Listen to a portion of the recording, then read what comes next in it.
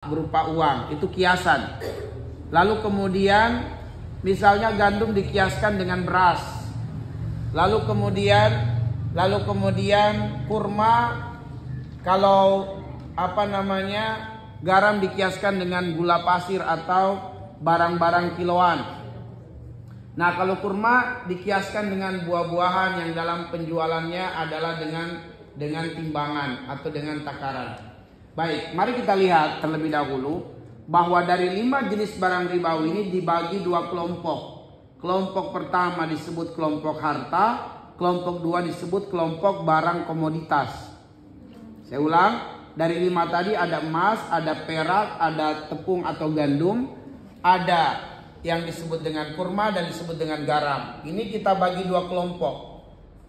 Satu kelompok harta, yaitu emas dan perak. Yang ketiganya adalah kelompok barang komoditas.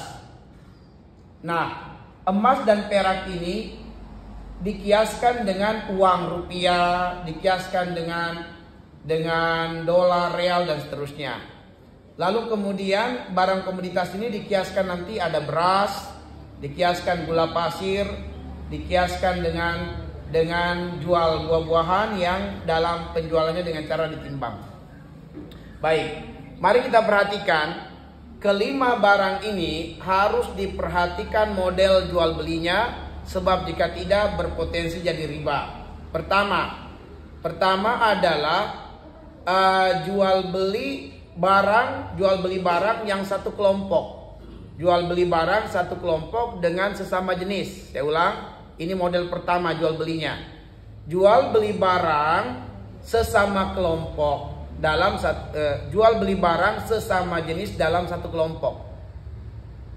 Jual beli barang sesama jenis dalam satu kelompok, misalnya jual beli emas dengan emas, perak dengan perak, rupiah dengan rupiah, dolar dengan dolar. Itu artinya jual beli barang, ya, jual beli barang yang sejenis dalam satu kelompok.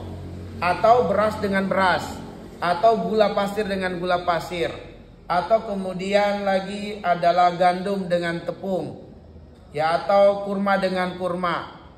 Nah, sekarang mari kita lihat untuk jual beli barang yang sesama jenis dalam satu kelompok, syaratnya ada 2 supaya tidak terjadi riba.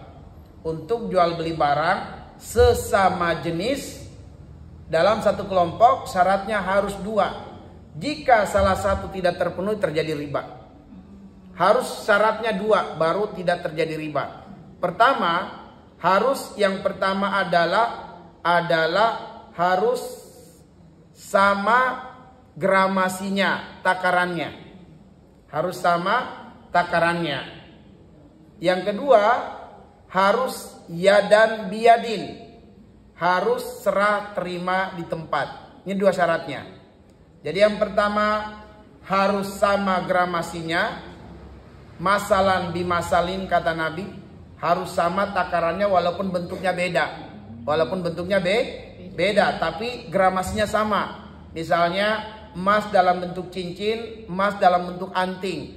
Sama gramasinya, boleh saling ditukar. Ya. Tapi kalau tidak sama gramasinya, walaupun ridho, terjadi riba yang disebut dengan riba fadl. Misalnya ingin menukar gelang emas, katakanlah gelang emasnya 5 gram. Dia lihat temannya pegang dia punya cincin, indah banget tuh cincin, tapi cuma gramasnya 2 gram. Pengen tukar, nggak apa-apa, saya ridho. Ayo kita tukaran aja, saling ridho. Ini terjadi riba fadl. Karena syarat untuk menukar emas dengan emas harus sama gramasinya, tidak berlaku ridho dengan ridho. Nggak berlaku. Ya, jadi dalam riba nggak berlaku itu ridho dengan ridho. Paham yang pertama? Yang kedua, harus yadan biyadin. Harus serah terima di tempat. Jika tidak terjadi serah terima di tempat, disebutlah riba, tadi sudah terpikir riba apa, unsitu. Sebentar, saya ingat lagi. Yang pertama tadi adalah riba fadl. Nah, riba nasi'ah. Riba nasi'ah, yaitu riba yang terjadi karena dispensasi waktu. Nah, misalnya begini. Seseorang dia setuju untuk tukar gelang dengan anting, gelang dengan cincin, tapi sama gramasinya.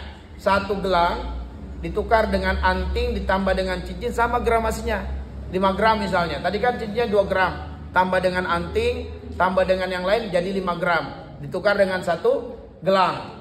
Tapi sayangnya si pemilik gelang ini ternyata gelangnya ada di rumahnya, belum dia bawa. Tapi udah pernah sih dilihat, saling lihat sudah pernah. Maka orang itu mengatakan, ya gimana dong? Kata pemilik gelang, gak apa-apa. Saya ambil aja dulu anting kamu, cincin kamu. Nanti saya suruh anak saya untuk antar ke rumah kamu. Ya, atau nanti saya antar sore hari ke rumah kamu. Ini namanya riba nasiah. Kenapa? Karena tidak terjadi serah terima di tempat.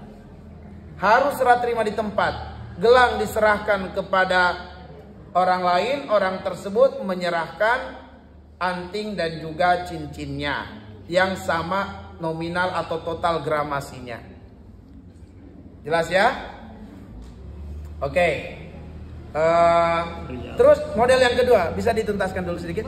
Oke. Model yang kedua, apabila jual beli barang masih dalam satu kelompok tapi beda jenis.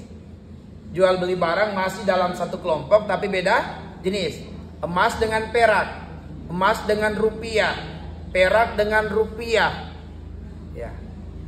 Nah, atau beras dengan gula, atau misalnya lagi kurma dengan garam. Ini artinya jual beli barang satu kelompok tapi beda jenis. Syaratnya hanya satu. Apa syaratnya?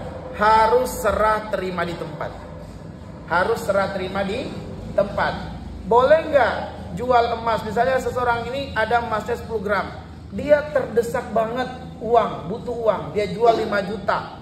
Ya, dia jual 5 juta, rugi, tapi dia sangat butuh banget uang cash. Boleh, nggak apa-apa, tapi harus serah terima di tempat. Dia serahkan emasnya begitu di waktu yang sama sebelum mereka berpisah. Dia terima uang itu, baik dalam bentuk cash atau dalam bentuk transfer. Jangan berpisah sampai melihat, oh ya udah benar masuk di rekening. Ya udah baru boleh berpisah. Nah, itu sah akadnya. Tapi jika kemudian dia mengatakan, orang ini butuh cash. Orang ini mengatakan, aduh gimana ya, saya nggak ada uang cash, kalau mau nanti sebentar saya cairkan dulu, baru saya kasih ke kamu. Nanti sore lah saya antar ke rumah. Nggak boleh. Harus serah terima di tempat, baru boleh halal jual belinya. Nah, sehingga disinilah kemudian kita boleh beli emas ya secara online dalam bentuk kalung, dalam bentuk anting, hanya sekedar pemesanan terhadap barang tersebut, tapi harus terjadi serah terima di tempat. Karena itulah mesti ada orang yang menjadi kurir khusus dari toko emas yang kita pesan, diantarkan ke rumah kita, lalu kemudian kita serahkan uang kepada kurir atau wakil dari toko emas. Kita boleh lihat secara online barang emas yang kita mau. Begitu kita sudah senangi, sudah suka, diantar ke rumah kita, ketemu barangnya, kita lihat betul, kita serahkan uang. Barulah benar akad jual belinya. Jika kemudian transfer dulu uang, emasnya datang sore hari atau besok, terjadilah riba nasiah. Nah, bagaimana kalau kemudian yang model ketiga, jual beli barang yang beda kelompok. Misalnya emas dengan beras. Ya, emas dengan beras. Uang rupiah dengan gula misalnya. Maka disitulah baru berlaku antarodi minkum, saling meridoi. Boleh ambil emasnya dulu, nanti dibayar besok atau lusa dengan beras, boleh. Tapi dengan rupiah tidak boleh. Kenapa? Karena rupiah itu masih satu kelompok. Jadi kalau sudah beda kelompok, baru boleh antarodi minkum, saling meridoi. Saya ambil emasnya, nanti saya bayar pakai gula pasir 1 karung, 2 karung misalnya.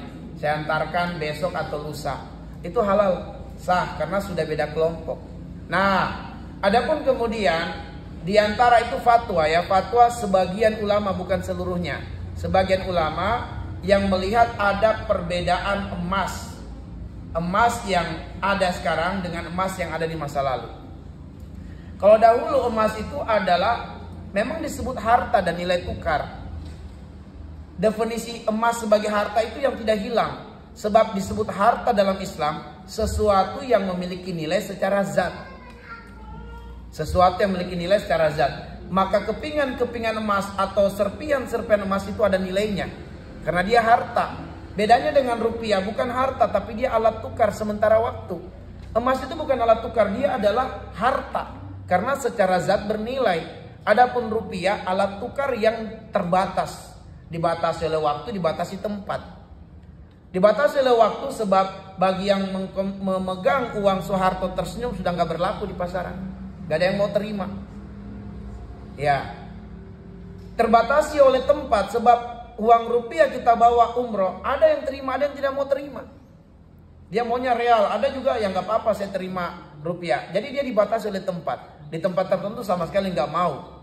Ya, kita ke Malaysia saja, ke Jeddah masih banyak karena mungkin banyak pengunjung Mekah dan Madinah orang Indonesia, jadi banyak yang terima. Tapi di Malaysia rata-rata hampir tidak mau, walaupun ada beberapa yang mau. Tapi hampir nggak mau. Mereka maunya dengan ringgit Malaysia.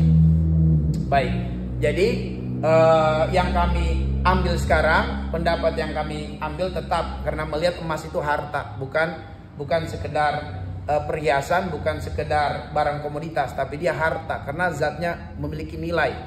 Zatnya memiliki nilai. Sehingga kami pribadi masih mengambil pendapat bahwa emas harus dalam jual belinya harus diperhatikan kaidah-kaidahnya. Tapi kalau kemudian mengambil pendapat yang ada sebagian ulama tadi termasuk MUI mengatakan boleh karena pertimbangan-pertimbangan tadi, tidak mengapa kalau dengan dasar itu maka silakan, karena kita boleh bertaklid dengan ulama. Tidak boleh bertaklid dengan cuma ya ulama juga punya pendapat-pendapat, dan karena itu kami mengambil pendapat yang sama sekali tidak memberikan ruang untuk itu. Adapun yang mengambil pendapat nggak apa-apa kita beli emas, bayar nanti dikirim barangnya, karena dengan fatwa-fatwa sebagian ulama selagi ada dasar nggak apa-apa. Termasuk MUI mengambil pendapat itu.